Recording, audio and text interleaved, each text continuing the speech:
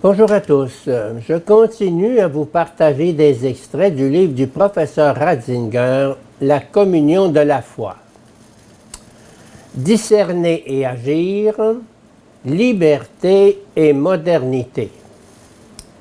Il n'y a aucun doute sur le fait que l'époque que nous appelons moderne est dès son origine intimement liée au thème de la liberté. C'est sur ce terrain que Luther, avec de la liberté du chrétien, se place avec force. Il en allait de la liberté de conscience face à l'autorité ecclésiastique, c'est-à-dire de la liberté de l'homme la plus intérieure. Ce ne sont pas les ordres communautaires qui sauvent l'homme, mais sa foi toute personnelle au Christ. Que soudain tout le système des ordres de l'Église médiévale ne compte plus, voilà qui est apparu comme un formidable bond vers la liberté.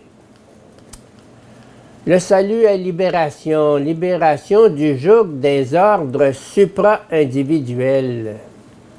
Dans le domaine politique, l'autorité temporelle s'est vue bien au contraire renforcée et affermie avec la création des églises d'État et des églises locales.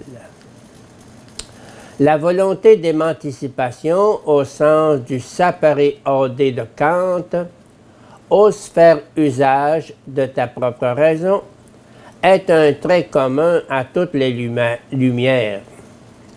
Il y va de l'émancipation de la raison individuelle des entraves de l'autorité, qui doivent toutes être soumises à la critique.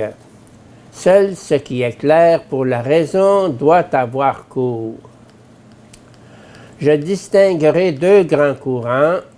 D'une part, le courant anglo-saxon, plus naturaliste, qui tend à la démocratie constitutionnelle comme seul système de liberté réaliste.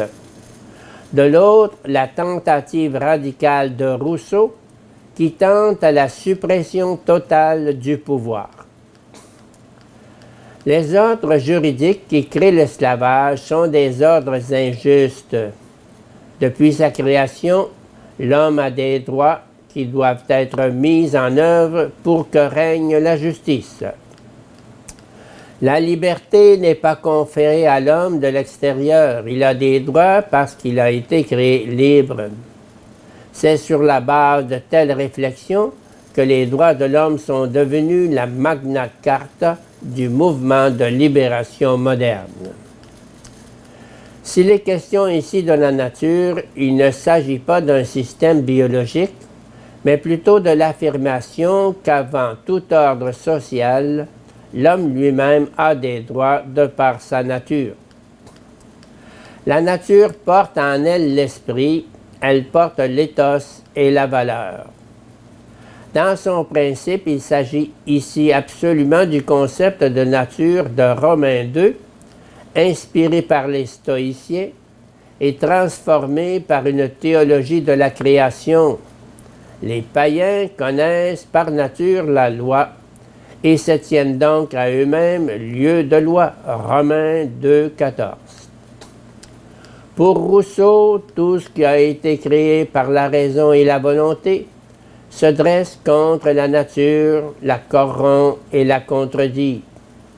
Le concept rousséoïste de nature est antimétaphysique, subordonné au rêve d'une liberté sans limite. Il en va de même chez Nietzsche, lorsqu'il oppose l'ivresse dionysiaque à l'ordre apollonien et confirme ainsi les oppositions fondamentales de l'histoire des religions. Les règles de la raison défendues par Apollon corrompent l'ivresse libre et sans entrave de la nature. La Révolution française, qui avait commencé par l'idée de démocratie constitutionnelle, s'est vite débarrassé de ces liens pour adopter l'idée rousséoïste et anarchiste de la liberté. C'est précisément ainsi qu'elle est devenue inévitablement une dictature sanglante.